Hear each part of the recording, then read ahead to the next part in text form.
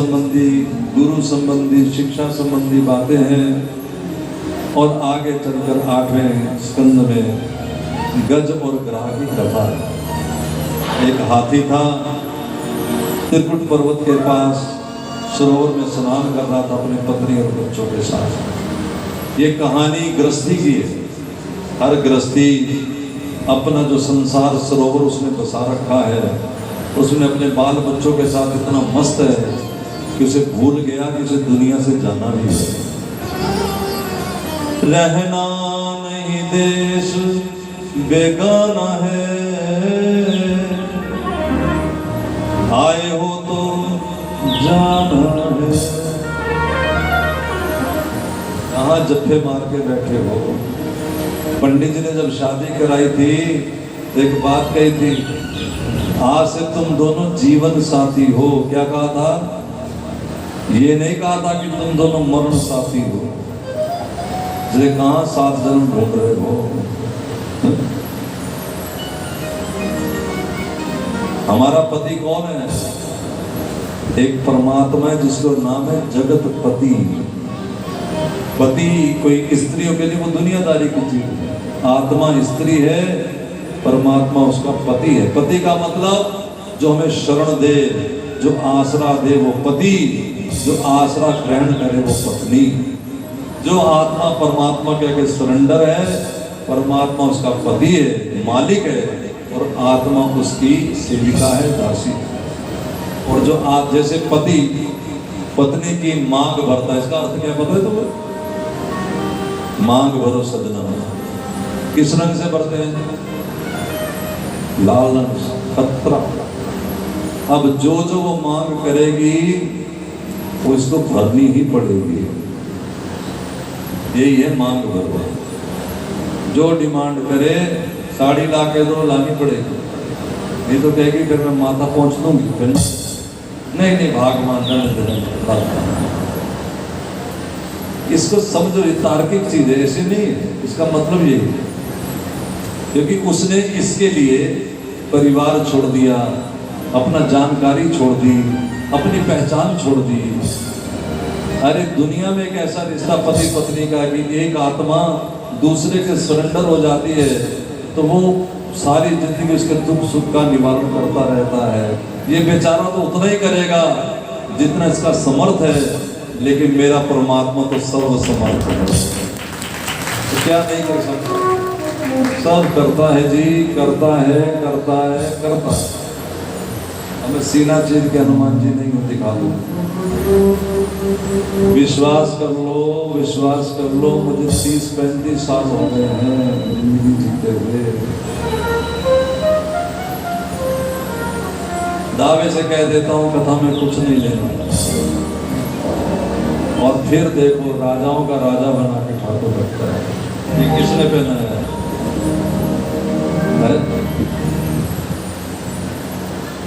सब परमात्मा बहुत कुछ करता है जो बोल भी नहीं सकता। ऐसी चीजें, ठीक है। इसलिए आज एक मैंने भजन सुना है पुराना, बड़ा अच्छा था, जो बोले लेते हैं। समझो और समझाओ, थोड़ी में मौज मनाओ, दाल रोटी खाओ, प्रभु के गुण गाओ। दाल रोटी खाओ, प्रभु के गुण गाओ। समझो और समझाओ, थोड़ी में मौज मनाओ, दाल रोटी खाओ, प्रभु के गुण गाओ। दाल रोटी खाओ, प्रभु के गुण गाओ। दाल रोटी खाओ, प्रभु के गुण गाओ। दाल रोटी खाओ, प्रभु के गुण गाओ।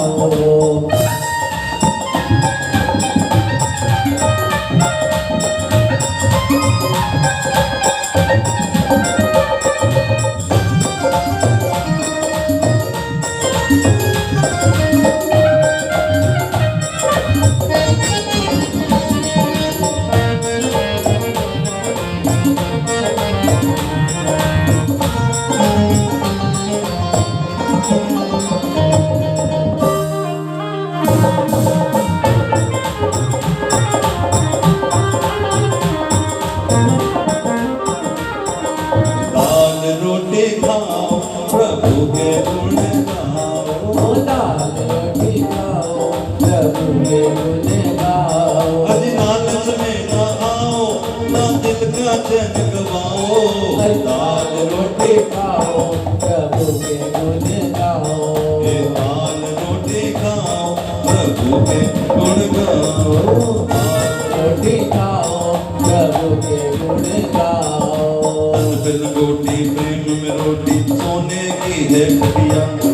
अनबिन रोटी प्रेम में रोटी सोने की है कटिया। मतलब तो है नींद से जाए बढ़िया हो या घटिया। मतलब तो है नींद से जाए बढ़िया हो या बढ़िया। नफरत को दूर हटाओ और सबको गले लगाओ। दाल रोटी खाओ प्रभु के गुण गाओ। दाल रोटी खाओ प्रभु के गुण गाओ। दाल रोटी खाओ प्रभु के दाल।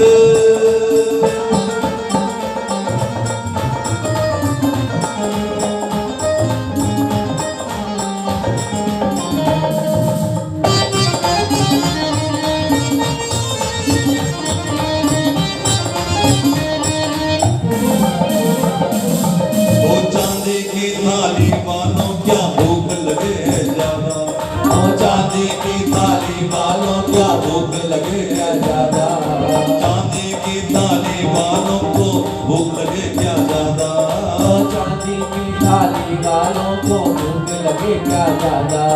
क्यों ना फिर आराम से खाए बांट के आधा आधा। क्यों ना फिर आराम से खाए बांट के आधा आधा। भूखे की भूख मिटाओ और जग के काम में आओ।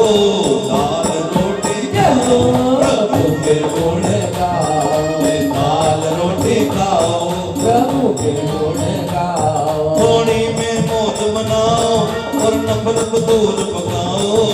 दाल रोटी खाओ प्रभु के गुण गाओ। दाल रोटी खाओ प्रभु के गुण गाओ। अपने विचार को समता में लाओ, ठीक हो जाए, कुछ मुश्किल नहीं। मैं हैरानगी मानता हूं कि लाख रुपए कमाने वाले का घर नहीं चल रहा और तुम सोच के हैरान हो जाओगे गवर्नमेंट 4000 रुपये पेंशन देती है, उसका घर चल रहा है। उसका 4000 में कैसे चल रहा है, तुम्हारा 25 गुना ज्यादा में नहीं चल रहा। दाल रोटी खाओ राधा राधा खाओ, थोड़ी में मौज मनाओ। समझ आ रहा है कि नहीं? हर बात में रैंक बढ़ा लिया, हर बात में रैंक। 500 रुपए का पिज्जा, मतलब हद नहीं हो गई। पहले शादी होती थी, घर की माताएं भोजन बनाती थी और नाचने गाने वाले बाहर से आते थे। अब नाचने गाने वाली माताएं रोटी बनाने वाले बाहर से आते हैं, उल्टा। जब शादी हो ना, शादी विवाह, तो जिस वेदी में विवाह होता है वहां से शराबियों को दूर रखो, नहीं तो ग्रहण लग जाएगा तुम्हारे बच्चों की जिंदगी में, फिर फिरोगे। तो भगवत कार्य है। अब बताओ, इस मंदिर में कोई शराब पी के आ सकता है? आएगा तो तुम्हें अच्छा लगेगा बुरा? वो वेदी भी एक मंदिर है। समझ आ रहा है कि नहीं? हमारे प्रेस रिपोर्टर से पूछ रहे थे कि बच्चे तो कथा में आते नहीं। मैं कहा ये लाते नहीं। माँ बाप कहते तेरा हुए टाइम थोड़े तो पढ़ जे, इसका आगे बेचारी का। और जब बुढ़े उनसे पूछो वो कर रहे हैं भजन। जो बालपने में नहीं सीखा वो कभी बुढ़ापे में भजन नहीं कर सकता। और अगर सत्संग नहीं लाओगे, किसी भी हालत में तुम्हारे बच्चे तुम्हारा आदर नहीं करेंगे, क्योंकि ये सारी चीज यहाँ सिखाई जाएगी, अकेले में नहीं। अकेले में उसे लगेगा मेरे पे कटाक्ष कर रहे हैं। जैसे मैं आपको अकेले में कुछ समझाऊंगा तो आपको लगेगा ये मेरे लिए कह रहे हैं, लेकिन जब सामूहिक कहा जाएगा तो पता लगेगा ये सबके लिए है। और हर आत्मा समझदार है, भगवान ने सबको बुद्धि दे रखी है। सत्संग में लाओ, अभी 3 दिन और है, सत्संग में लाओ, ठीक है? 2 तारीख को भंडारा होगा, सवेरे हवन होगा, और जो भंडारे की सामग्री है वो आप पूछ करके जो लाना चाहो लाओ। 1 तारीख को कथा जो होगी वो शाम को इसी समय ही होगी, ठीक है। जय जय श्री राम। अच्छा जी, अब गजगरा लड़ रहे हैं आपस में, क्यों? क्योंकि हाथी अपनी पत्नी बच्चों के बीच में ठीक था, अचानक मगरमच्छ ने पैर पकड़ लिया। हमारा तुम्हारा पैर भी तो मगरमच्छ ने पकड़ा हुआ है।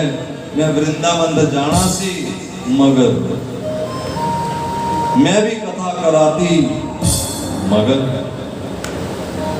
मैंने मंदिर में दान करना था मगर, ये अगर मगर लगे रहेंगे कब तक? जब तक हम गोविंद को याद नहीं करेंगे। पत्नी बच्चे साथ में थे, बड़ी कोशिश की कि बच जाए, लेकिन जब नहीं बचा तो पत्नी छोड़ छाड़ के घर को चल पड़ी। हाथी ने कहा भगवान रुक जा। वो बोली तुम तो मरोगे ही, मैं बच्चों को भी मार दूं। देखो बीमारी जब नवी नवी आती है ना तो स्वागत करते हैं, हॉस्पिटल में बढ़िया सारा कमरा लेकर के एसी कंडीशन, और फिर फलाने को फोन करते हैं तुसी नहीं आए भैन जी, पता नहीं मैं बीमार हाँ। फिर वो बेचारी थैले लटका के केला सेब लेके आती है, और इसका आते स्वागत, कैंपा कोला, टेलीविजन। हॉस्पिटल आराम करने गए थे कि बेआराम होने गए थे? चलो नवी नवी बीमारी डिजाइन बनते हैं, लेकिन जब बीमारी पुरानी हो जाए तब पोता भी पानी नहीं देता। कहता तेरा तो काम ही यही सारा दिन हो करते रहे, कुंडी लगा दो दरवाजे को, अंदर ही करे हो। ऐसा ना मानना ये ऐसे ही है, सब पता लग जाएगा जब होगी अपने साथ। भगवान ना करे। हाथी को समझ में आ गई, देख लिया दुनिया का सारा नजारा, ना हम किसी के ना कोई हमारा। पिछले साल पिछले जन्म कथा सुनी थी कहीं, वो कथा याद आ गई। वहां कहा था कि गोविंद को बुलाओ, इसने कमल का फूल एक लगा था, तोड़ा सूंड से आकाश में फेंका, हे गोविंद अब तो जीवन हार। ये तो इधर की कथा है, अब उधर की सुन लो। जैसे कमल का फूल आकाश में उछाला, भगवान दौड़े और महाराज उसी समय गरुड़ को भी छोड़ दिया भगवान ने। आपको पता लगे ना हॉस्पिटल में इमरजेंसी है तो आप भागते हो, आपको पता है कि कार पहले पहुंचेगी, लेकिन मन की बेचैनी कार आ जाए तो ठीक, नहीं तो भागते हो। यही भगवान ने किया। यहाँ तक कि गोविंद को इतना भी भरोसा नहीं हुआ, हाय मेरा भक्त बेचारा, उसने मैं चक्र छोड़ दिया। चक्र ने आके मगरमच्छ का गला काट दिया, उसकी आत्मा निकली, भगवान में समा गई। देवताओं ने पूछा किसने पुकारा था? गज ने। किसके लिए आए हो? गज के लिए। किसकी स्तुति में प्रसन्न हुए? गज की। तो मगरमच्छ का उद्धार क्यों कर दिया? इसलिए गज तो हमारा है ही, इसमें क्या। लेकिन हमने देखा कि मगरमच्छ ने गज के चरण पकड़ रखे हैं। जिन्होंने हमारे संतों के चरण पकड़ रखे होते हैं उनका उद्धार पहले कर देते हैं। संत की सरणी जो पड़े सो जन उदरनहार, संत की निंदा नानका बहुरी बहुरी अवतार। गुरु का निंदक दादुर होई। मेंढक बनना पड़ेगा, संतों गुरुजनों की निंदा करोगे टा करते फिरना पड़ेगा। अच्छा यही है कि रटना लगा लो किसकी? राधा राधा राधा राधा राधा राधा, ठीक है। करोगे रोटी हाथ से बनाओ, राधा राधा राधा राधा। कैसे बोलना है घर में? ऊंचा ऊंचा नहीं बोलना, ऐसे जैसे सास के साथ बातें करते रहते ना,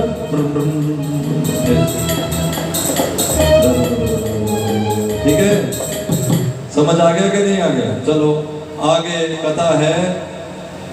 देवताओं और दैत्यों ने मिलकर के समुद्र मंथन किया अमृत निकालने के लिए। उसमें पहले निकला कालकूट विष, वो शंकर भगवान ने पिया, इसलिए बन गए नीलकंठ महादेव। बोलो नीलकंठ महादेव की जय। शंकर भगवान से पूछा कि कालकूट विष आपको कष्ट नहीं दिया, क्यों? शंकर भगवान बोले मैंने विष पिया, ऊपर से राम कहा, पहले राम कहा, विष पिया, राम कहा, विष राम हो गया।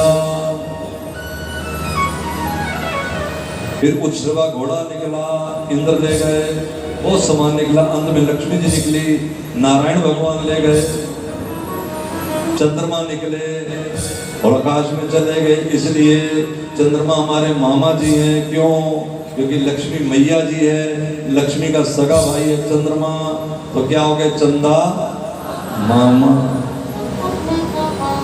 लोग सबसे नाराज हो सकते हैं, लक्ष्मी से नाराज नहीं हो सकते। हो सकते हो। और तुम्हें ये पता है लक्ष्मी चाहिए कि नहीं चाहिए? बोलो हाँ के ना। तुम बताओ, अगर अपनी बेटी जो ब्याहता है उसे घर में बुलाना हो तो बेटी को बुलाएंगे, कितने दिन रहेगी? 2 या 4 दिन, फिर चली जाएगी। अगर उसके पति का परमानेंट बिजनेस यहाँ कर दो तो बोलो आ जाएगी कि नहीं आ जाएगी? इसलिए लक्ष्मी को बुलाते हो, वो भाग जाती है। तुम नारायण भगवान को बुलाओ, लक्ष्मी खुद चली आएगी। क्यों नहीं समझते हो भाई? फिर लक्ष्मी जब आएगी अकेली तो उनकी सवारी है उल्लू। जिसके घर आएगी उसको उल्लू बना देगी, शराब पिएगा, डीजे गाएगा, मांस खाएगा, कंपनियों में जाएगा। लेकिन लक्ष्मी जब आएगी भगवान नारायण के साथ, तो नारायण भगवान की सवारी है गरुड़ जी महाराज। गरुड़ ज्ञान का प्रतीक है। जब लक्ष्मी इस समय आएगी, सत्संग होंगे, कीर्तन होंगे, भंडारे होंगे, वृंदावन जाएंगे, हरिद्वार जाएंगे, सत्संग होंगे। फिर अमृत निकला, देवता दानव लड़ने लगे, मैं पीऊं, मैं पीऊं, मैं पीऊं, मैं पीऊं। इसमें कुछ छींटे नीचे गिर गई। जहां 2-4 बूंदे गिरी, जैसे मान लो 26 जनवरी को गिरी, वैसे सूर्य की बात है, मैं तुम्हें समझाने के लिए बोल रहा हूँ। सूर्य घूम फिर के जिस चक्कर में थे, जिस नक्षत्र में थे, समझ आ रहा है कि नहीं? मान लो 26 जनवरी 2:03 पे गिरी, तो जब साल के बाद आता ना हमारा 26, लेकिन वो सूर्य 12 साल के बाद आता घूम के अपनी जगह पे। तो 12 साल बाद जहां 2 बूंदें गिरी थी वहां लग गया कुंभ, उसे कहते हैं कुंभ। ठीक है, अब जरा ध्यान दो, जिस कलश से 2 बूंदें गिरी थी वहां युगों तक अभी भी जल अमृत हो जाता है। तो कुंभ का जल क्या होगा? देवता सारा कुंभ का जल दे रहे थे, शुभ जी महाराज को ले लो, परीक्षित को पिला दो, बदले में कथा अमृत हमें पिला दो। लेकिन नहीं मिली थी। सोचो, अगर कुंभ गए तो भी ठीक, नहीं गए तो भी ठीक। क्यों? क्योंकि हमें कुंभ से भी बड़ी चीज भागवत कथा अमृत मिल गया है। कुंभ भी जाओ, कुंभ का कोई मना नहीं कर रहे, लेकिन कथा उससे भी ऊंची चीज है। भगवान ने मोहिनी अवतार लिया और देवताओं को ताड़ी पिला दी, देवताओं को अमृत पिला दिया, दैत्यों को ताड़ी पिला दी। चंद्रमा आकर बैठ गए, चंद्रमा और सूर्य के बीच में राहु आके बैठ गए। भगवान से बोले, प्रभु राहु। ठाकुर जी उसी समय चक्कर उठा लिया, राहु के 2 भाग कर दिए, राहु और केतु। ये जब जब सूर्य चंद्रमा के बीच में आते हैं नक्षत्र के हिसाब से, तब तब लग जाता है सूर्य ग्रहण और चंद्र ग्रहण। जय जय। देखो साइंस भी पढ़ा दी तुमने, से ना कहना कि कुछ नहीं, हिस्ट्री, साइंस, ज्योग्राफी सब है। हाँ, मैं आगे और पढ़ा दूंगा कल परसों कथा में, कंप्यूटर भी सिखा देंगे, तुम देखना। लुधियाना का एक लड़का नास्तिक था, उसकी माँ ने मेरे पास भेज दिया कि तुझे मेरी कसम बस चला जा। और ठाकुर जी ने कुछ भी बोलते हैं। जब हमने उसको कुछ लेक्चर दिया थोड़ी देर के लिए, वो कहता है एक बात बताऊं गुरु जी, मैं स्कूल में सीख रहा था लेकिन मुझे समझ नहीं आ रही, और आपकी बात से सारी बात मेरे को पढ़ने पड़ गई है। और तब से वो हमारा शिष्य हो गया, नाम जपता है, खूब बढ़िया। सब कुछ सिखाता है ग्रंथ, ग्रंथ में कोई कमी नहीं है, बल्कि ग्रंथ में लिखी चीजों को साइंस खोजती है। साइंस को चीज नवी बनाती नहीं, खोजती है। और हमारे यहाँ पहले लिखा है, अब साइंस ने बताया है कि सूर्य यहाँ से कितनी दूर है, लेकिन चालीसा में तो पहले लिखा है युग सहस्र योजन पर भानु, भानु का सूर्य। ठीक है, युग एक गिनती होती है, जैसे अरब खरब, युग भी एक गिनती है। बुर्द, युग, ये आगे बढ़ती जाओ ना संख्या। जय जय बोलो वृंदावन। इसके बाद कथा है महाराज बलि महाराज। एक राजा था, उसका नाम था बलि। इसकी कथा पिछले जन्म की बड़ी मजेदार है। ये एक आम आदमी, नालायक आदमी, निकम्मा आदमी था। कथा क्या रंग लाती है सुनो जरा ध्यान से। वो कथा नहीं सुना करता था, बहुत निकम्मा। लेकिन कथा वाले होते हैं ना, ये बड़े दानी होते हैं, एक बार माइक लगाते हॉर्न, तुम भी सुनो तुम भी सुनो।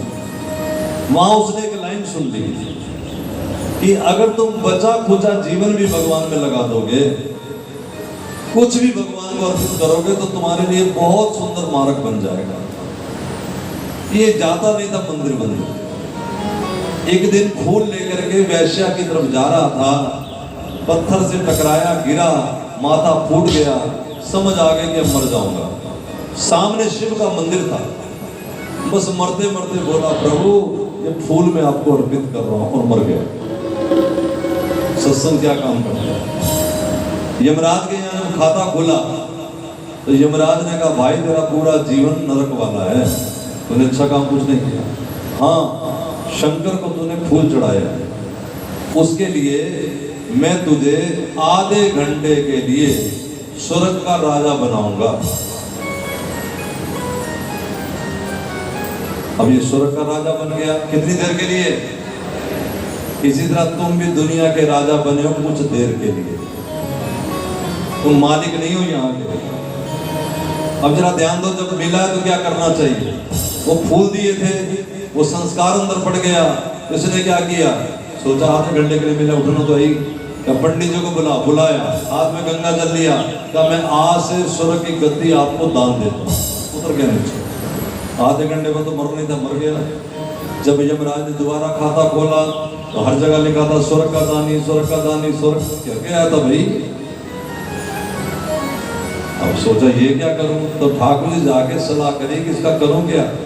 ठाकुर जी ने कहा इसको राक्षस बनाओ, क्योंकि गंदे कर्म करता था, लेकिन इसके कर्मों में लिख दो ये इंद्र से झगड़ा करेगा और राजगद्दी छीन लेगा, राजगद्दी देनी पड़ेगी।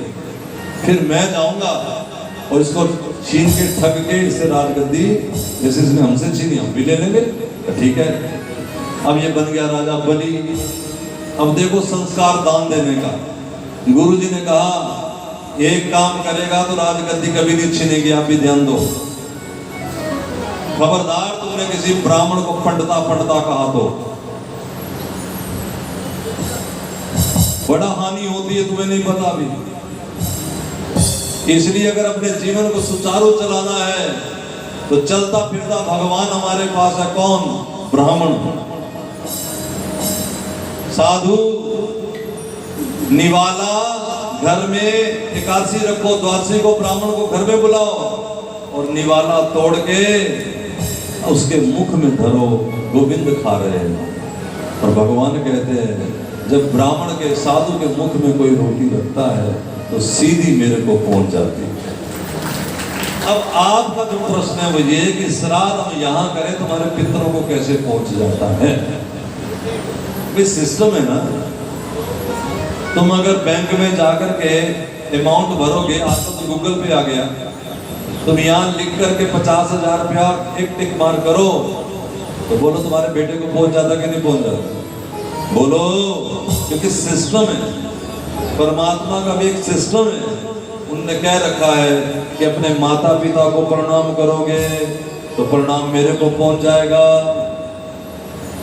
तुम बताओ, अगर किसी का पिता शराबी होगा तो उसे अपने पिता को प्रणाम करना चाहिए कि नहीं? बोलो, क्यों? शराबी क्या देगा? उसके पास कौन सा वरदान है?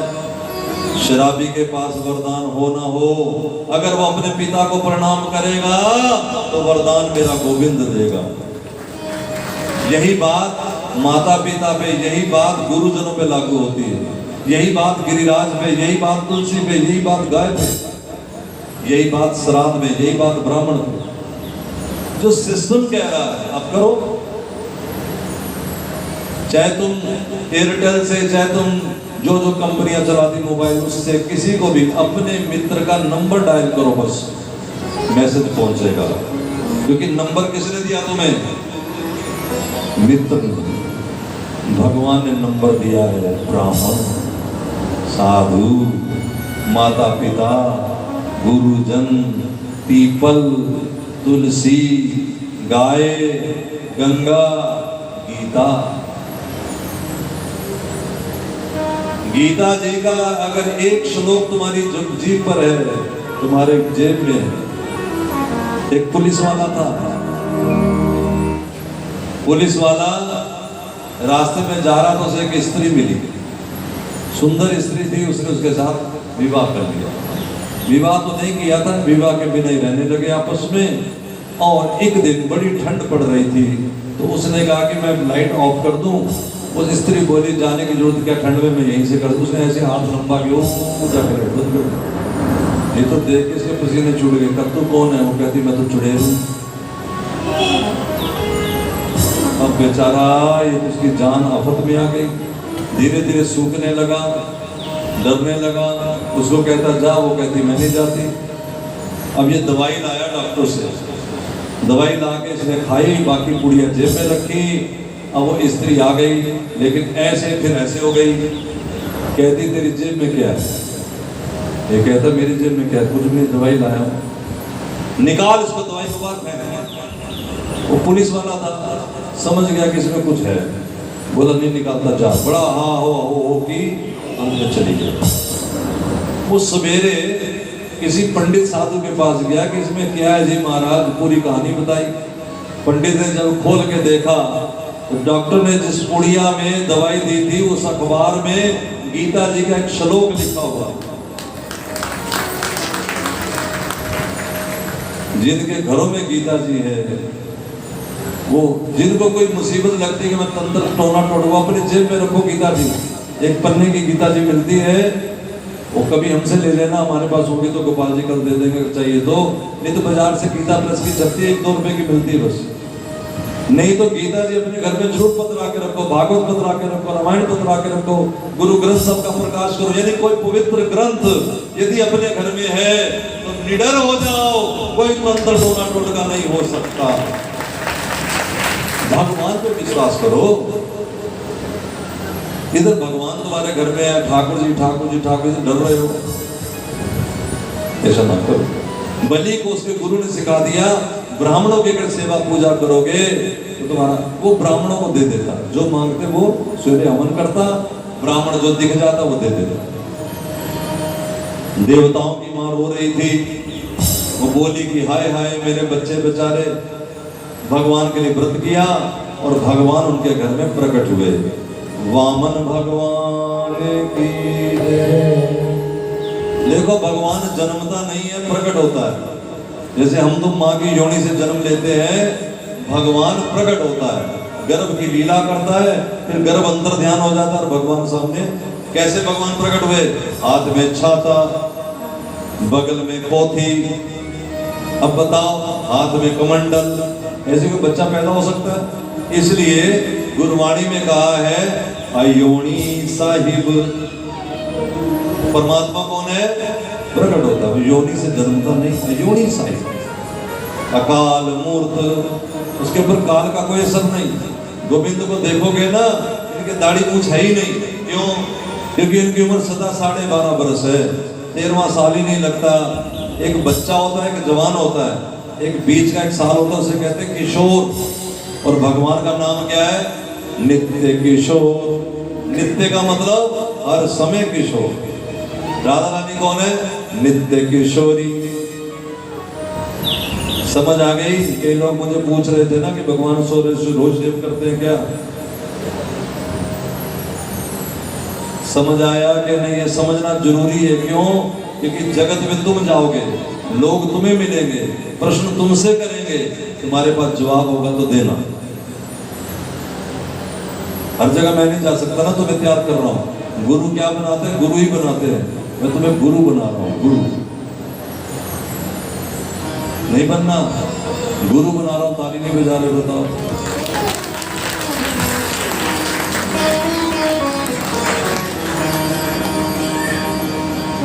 जय जय श्री राधे। अब महाराज बलि को मैं ठग लाऊंगा, वो ऐसा वचन दे रहे हैं भगवान देवताओं की मां। मैं मार नहीं सकूंगा मां बलि को, क्यों? अब बलि तो ब्राह्मणों का रखवाला है, तो ब्राह्मणों के रखवाले का मैं कैसे हनन कर सकता हूँ? तो मेरे बच्चों का क्या होगा? बोले चिंता ना करो, वो ब्राह्मणों को सब कुछ देता है, मैं भी भिखारी बन के बैठ जाऊंगा। तुम भिखारी बनोगे दुनिया के मालिक होकर के? भगवान बोले मेरे भक्त प्रसन्न रहने चाहिए, मैं कुछ भी बन जाऊं। भगवान याचक बन के आ गए, ध्यान दो, धीरे याचक बन के आ गए भगवान। अंदर यजन हो रहा था, गुरुजी संग खड़े थे। गुरुजी बोले बलि खतरा। क्या गुरुजी? आज बाहर ना जाना। क्यों? आज बाहर ठग खड़ा है, भगवान आ गया ठगने के लिए। बलि बोला एक बात है गुरुजी, ये आज बात सच हो गई है कि अपने गुरु के बिना भगवान का दर्शन कोई नहीं करा सकता। मैं तो इसे ब्राह्मण ही मान लेता, लेकिन आपने बता दिया है तो मैं भी दर्शन कर लूं। अरे वो ठगने आया, ठग लेगा। गुरुजी जब भगवान ठगने पे ही आ गया है तो इससे पहले वो ठगे, मैं खुद ही दे देता हूँ सारा कुछ। तो ज्यादा बाबा जी ना बन। शुक्राचार्य बोले मैं श्राप दूंगा, तेरी गद्दी छिन जाएगी। बलि हंसने लगा, वाह भगवान ठगने पे आ गया, गुरु श्राप दे रहा है, मतलब सत्यानाश। सत्यानाश होने से पहले पहले सारा कुछ दे दो। बलि बाहर आ गया यज्ञ छोड़ के, हाथ में कहा कि प्रभु जी मांगो। भगवान बोले ऐसे कैसे मांगो, हाथ में पहले गंगा जल लो, प्रतिज्ञा करो। वहां खड़ी थी विंध्यावली। विंध्यावली बोली हाय मैं मर गई, कितना सुंदर है ये, ऐसा मेरा बेटा होता तो मैं छाती का दूध पिलाती। भगवान बोले एवं मस्तु, माता जी छाती का दूध पी लेंगे। और जब भगवान ने सारी दुनिया नाप ली तो ये कहती जहर ना पिला दूं। भगवान बोले जहर भी पी लेंगे, यही बनी थी अगले जन्म में पूतना। भगवान दूध भी पी गए, जहर भी पी गए। चलो अब इधर चलो, हाथ में गंगा जल लेके जब प्रतिज्ञा करने लगा तो गुरु जी आकर के आचमनी में बैठ गए, जल न निकले, कैटल में बैठ गए। तो बलि ने सीख मार के गुरु जी की आंख फोड़ दी। छोड़ देना चाहिए वो जन जो मैं भगवान से दूर करे। गुरु हो तो, माता पिता हो तो, भाई हो तो, कोई हो। प्रहलाद ने अपने पिता को छोड़ दिया, भरत ने अपनी माँ को छोड़ दिया, विभीषण ने अपने भाई को छोड़ दिया, और मीरा ने अपने पति को छोड़ दिया, और इधर बलि ने अपने गुरु का त्याग कर दिया। जल लेके बोले मांगो। वामन भगवान बोले 3 पग पृथ्वी। बलि हंसने लगे, अरे महाराज जजमान देख के मांगना चाहिए, कुछ ज्यादा मांगो। भगवान बोले नहीं, जजमान देख के नहीं मांगना चाहिए, अपनी जरूरत देख के मांगना चाहिए। तुम 3 पग दो, ठीक है दिया। भगवान ने चरण उठाया,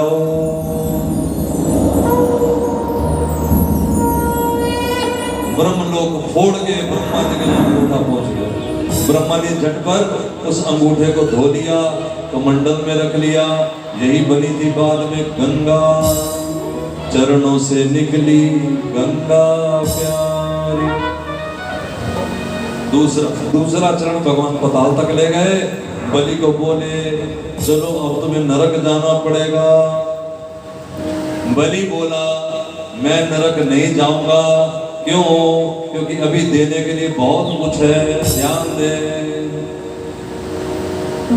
भगवान बोले हमने सारा कुछ नाप लिया, बचा ही क्या जो तू देगा? थोड़ा यहाँ भी रहने देना मेरे पास भी। बोलो वृंदावन बिहारी लाल की जय। मेरी तरफ देखो, तुम्हारे लिए रखा है, मैंने नहीं खाने, तुम्हें बांटने हैं। थैले लेके आयो कि नहीं? भर भर के, मैं खाली नहीं पूछ रहा। ऐसी बातें करो फिर देखो। जय जय श्री। अब देखो देना क्या है असल में, सब नाप लिया तो भी कुछ बचा। भगवान ने कहा क्या बचा? ठाकुर जी को बलि बोला, जो तुमने नापा ये तो तुम्हारा है, मैं तुम्हें अपना दूंगा। क्या? अपना अभिमान। तीसरा चरण मेरे सिर पे रखो प्रभु, आज से मैं आपका हुआ। भगवान बोले वारे भाई, आया तुझे ठगने था, तूने मुझे ठग लिया। क्योंकि जो ये कह देते हैं कि प्रभु मैं तेरा हुआ, तो आगे से मेरा जवाब है मैं भी आज से तेरा हूं। और तुम्हें एक बात बताऊं, भगवान कितने दयालु है।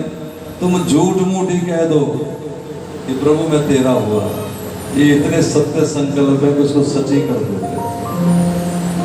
हंसी हंसी में बात कही गई, हंसी हंसी में। अब तुम मैं मेरे पास समय नहीं, मैं जब आगे की कुछ मुझे कृपा हुई, जहाँ निकुंज में ठाकुर जी विराजमान है, तो वहां का एक श्लोक मैंने पढ़ा। मैंने श्लोक पढ़ा कि इस बात को ब्रह्मा जी भी नहीं जानते, शंकर भी नहीं जानते। मेरे मन में दुविधा आई कि मैं गांव का एक आदमी हूँ, ये ब्रह्मा जी नहीं जानते तो हम तक कैसे आ गई भाई। फिर आगे पढ़ा उस ग्रंथ को, तो लिखा था कि राधा रानी के चरणों की धूलि में जो स्नान कर लेता है। फिर मुझे याद आई, ये तो हमारे गांव की सारी माताएं गाती हैं, नगर नगर गाती हैं, डगर डगर गाती हैं। क्या गाती हैं? राधे तेरे चरणों की, राधे तेरे चरणों की, गर धूल जो मिल जाए, राधे तेरे चरणों की,